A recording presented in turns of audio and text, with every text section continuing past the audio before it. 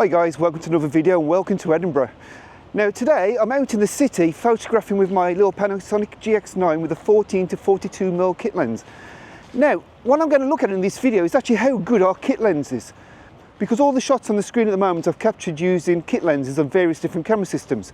But of course not all kit lenses are created the same, and some of the shots shown here are taken with admittedly very expensive kit lenses. And of course this little Panasonic GX9 and the 14 to 42mm kit lens really cannot be considered expensive. This is definitely on the budget end of things. So are budget kit lenses any good? And to find out, what I'm going to do is walk around the city, take some shots, and I'll catch up with you guys at the Edinburgh Botanical Gardens.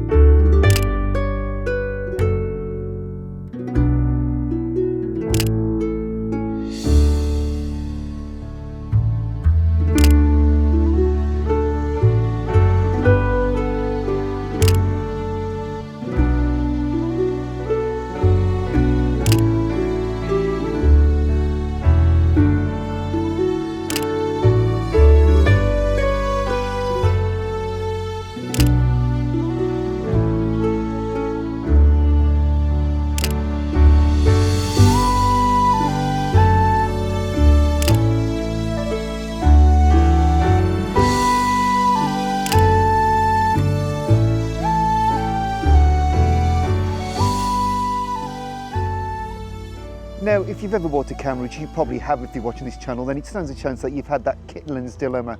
And that is, of course, of whether you buy a camera with the kit lens or without, or when you do buy that camera, do you keep the kit lens?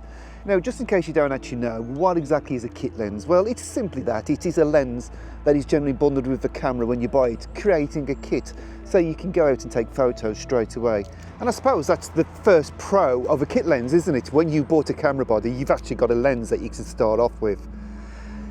And the second pro is the fact that they tend to be quite lightweight because they're kit lenses, so generally the construction isn't as good as a more premium lens, which means they're quite often made out of plastic, which means of course the weight is less, and a lot of the time the size is less because they have a slower aperture range, which is a con. So we'll talk about that one later.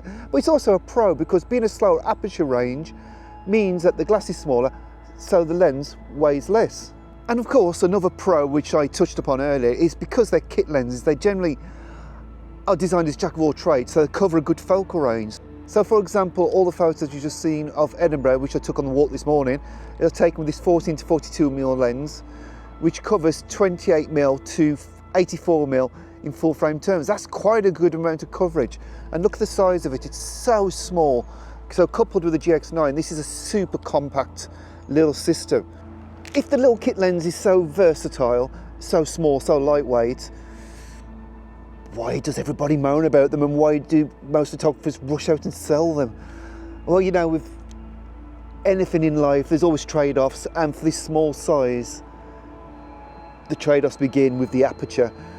And yeah, for example, this lens, if you can see that, it's an f3.5 to 5.6. So what that means is that it's a variable aperture. So as I zoom into a shot, so I go more towards the 84mm lens, it won't be able to shoot f3.5 when wide open anymore, it'll be shooting f5.6 when wide open, which means it doesn't let much light in. So it means if you're in a dark situation, this lens is so slow at letting light in that the camera has to compensate by increasing the ISO. And as it increases the ISO, what happens then is that your image quality seriously degrades with image noise and things like that. So that is a really big trade-off, and that's why I would never ever recommend using this sort of kit lens in a dark environment without some sort of external light, because your photos are just going to look terrible. To be honest, even at f3.5, you're really pushing it on a smaller sensor body like this. Maybe on a full frame you'd get away 3.5, but even then you want f2.8 and faster. So really for me the major problem with kit lenses is the light gathering capabilities. And hand in hand with this aperture range comes another thing, and this depends on what sort of stuff you want to shoot, because if you're into portraits and you want to get that nice blurry background look, a kit lens isn't going to do it for you. Even at 84mm, shooting at 5.6, you're not going to get that nice buttery smooth out of focus background that you would get using an f2.8 lens or an f1.4 or f1.8 prime, for example. So again, that's another serious downside of a kit lens. But don't forget, these are designed as a do-it-all one. It's a jack of all trades. It's not meant to be the master at anything. So really, that's just the trade you have to make. If you want a smaller lens, you have to go for basically a limited aperture range. Now, I'm going to have to go back to one of my pros, which was about how lightweight a kit lens can be. And that generally boils down to the construction. And obviously, the limited aperture range does contribute to that, but we've touched on that. But let's talk about the construction of kit lenses, because they can sometimes, frankly, be a bit pants. But what you're finding now, more and more often in the mirrorless age as such, is that kit lenses, actually, the construction is really quite decent. And yeah, they tend to be plastic construction, so perhaps not hard wearing as metal. Now, one thing I do try to avoid with the kit lens is if it's got a plastic mount or not. I prefer kit lenses to have a metal mount, simply because they're probably going to be harder wearing. But that doesn't mean there's any problems with plastic ones. They're absolutely fine, they still work. But as I say, a metal mount is going to wear a lot better. But I think the whole point of this video is if you're outside just doing general stuff, do you need to have to ditch the kit lens? And I think there are circumstances where a kit lens just won't do what you need. But as a general day-to-day walk around, kit lenses are fine, absolutely fine. If you're outdoors, loads of light, absolutely fine.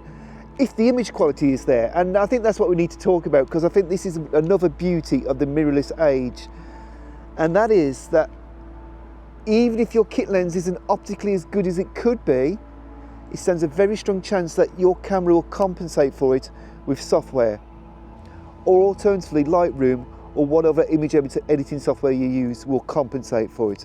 So the reality is, nowadays, most kit lenses, the results are excellent in good light. And I think that's always the thing, in good light, at that optimum aperture, which is normally around the middle mark, then they will perform excellent.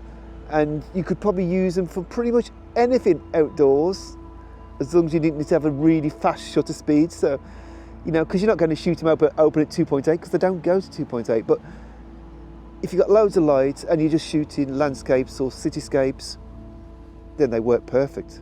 And they're small, light, and it gives you a small combination like this that you can just walk around with.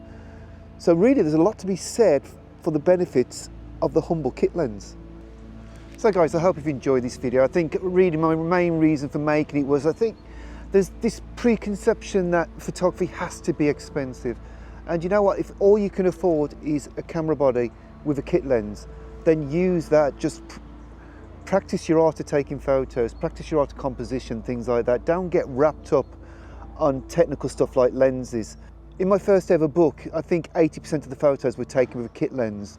And I would say that about 15% of those were taken with a plastic mounted kit lens, really actually quite poor quality, but you know what, it still looked beautiful in a book. And what mattered was the subject, not whether I used a high quality, pro quality lens or a cheap chatty plastic kit lens. Just don't get wrapped up on gear so much, just concentrate more on taking the photos. Show your kit lens some love. You'll know when you've outgrown it. There's no need to rush out and buy something new straight away. Anyway guys, if you've enjoyed this video, please give it a thumbs up, maybe subscribe to the channel if you haven't, and I'll see you soon for another one. Thanks for watching.